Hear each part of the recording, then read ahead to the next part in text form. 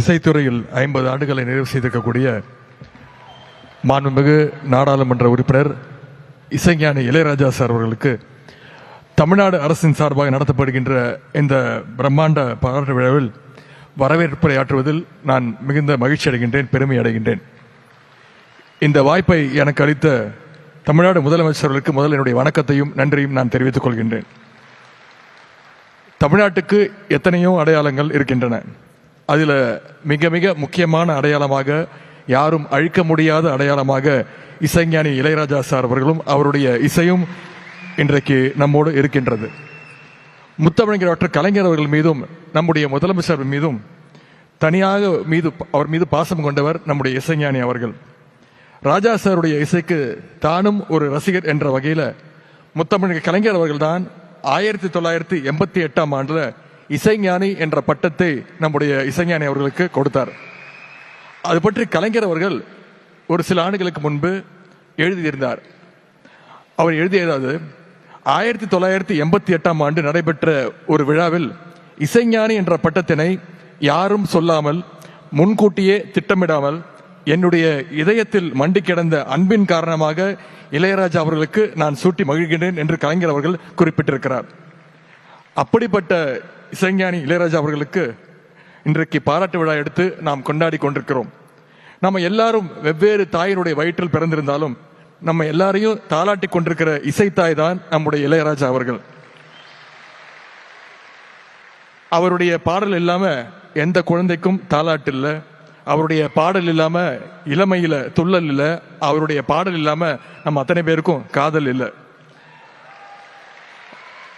வயல்வெளி, டீக்கடை, திருவிழா, திருமணம், ஆட்டோ, பஸ், இப்படி எல்லா இடத்துலையும் நிறைஞ்சிருக்கக்கூடிய ஒரே இசைஞானி நம்முடைய இளையராஜா அவர்கள். இசையமைப்பாளர் என்பதை தாண்டியும் இசை மருத்துவர்னு சொல்ற அளவுக்கு அத்தனை பேருக்கும் இசைஞானி இளையராஜா அவர்கள் தான் பெஸ்ட் ஸ்ட்ரெஸ் ரிலீஃபர் அண்ட் கம்பெனியன். சமீபத்தில் சோஷியல் மீடியாவில் ஒரு மெசேஜ் படித்தேன். அதை இந்த நேரத்தில் உங்ககிட்ட ஷேர் பண்ண நான் விரும்புகிறேன். பொதுவாக நம்ம அத்தனை பேரும் தூரத்தை, அதாவது டிஸ்டன்ஸை மீட்டர், கிலோமீட்டர், மைல்ஸ் அப்படின்னு கூப்பிடுவோம், அப்படி தான் அளப்போம். ஆனால் இசைஞானியுடைய ரசிகர்கள் மட்டும்தான் சென்னை டு விழுப்புரம் எவ்வளவு தூரம்னா 25 இளையராஜா சார் பாடல்கள் அப்படின்னு சொல்லுவாங்க. அந்த அளவுக்கு எல்லாருடைய பயணத்திலையும், எல்லாருடைய வாழ்க்கை பயணத்திலையும் வழித்துணையா இருக்கிறவர் நம்முடைய இசைஞானி அவர்கள். என்னுடைய சிறு வயது முதல் கோடிக்கணக்கான உங்களை போன்ற தமிழர்களை போல நானும் இசைஞானியுடைய இசையோடு சேர்ந்துதான் வளர்ந்தேன்.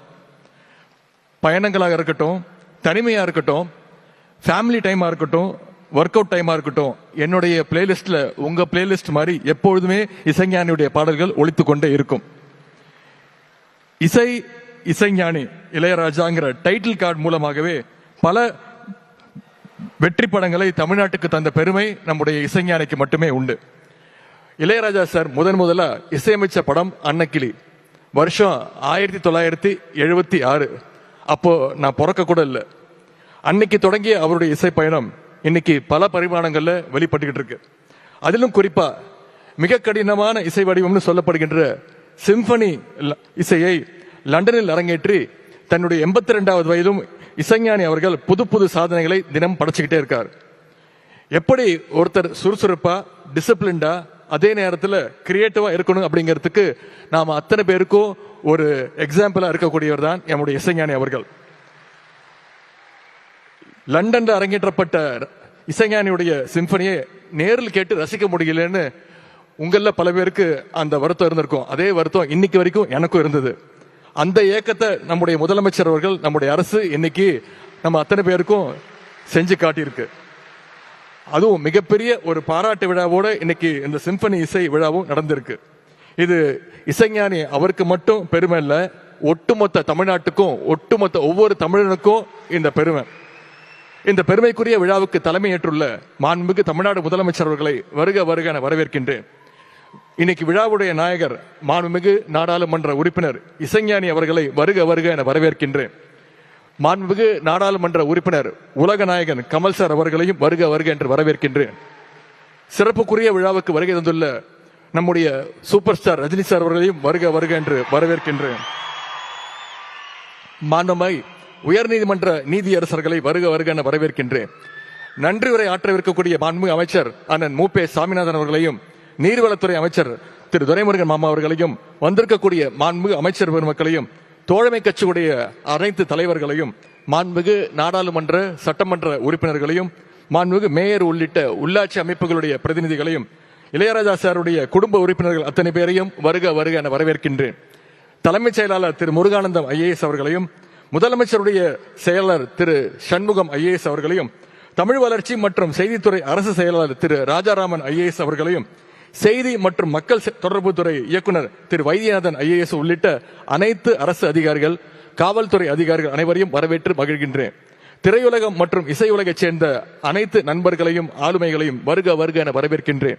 I extend a warm welcome to the Royal Philharmonic Concert Orchestra to this historic event. Welcome to Chennai. உலகம் முழுவதும் இருந்து வருகை தந்துள்ள இசைஞானியுடைய ரசிகர்கள் ஒருவராக உங்கள் அனைவரையும் வருக வருக வரவேற்கின்றேன். பத்திரிகை நண்பர்களையும் வந்திருக்கக்கூடிய அனைத்து ரசிக பெருமக்களையும் வருக வருக என வரவேற்று இந்த வாய்ப்புக்கு நன்றி கூறி விடைபெறுகின்றேன். நன்றி, வணக்கம்.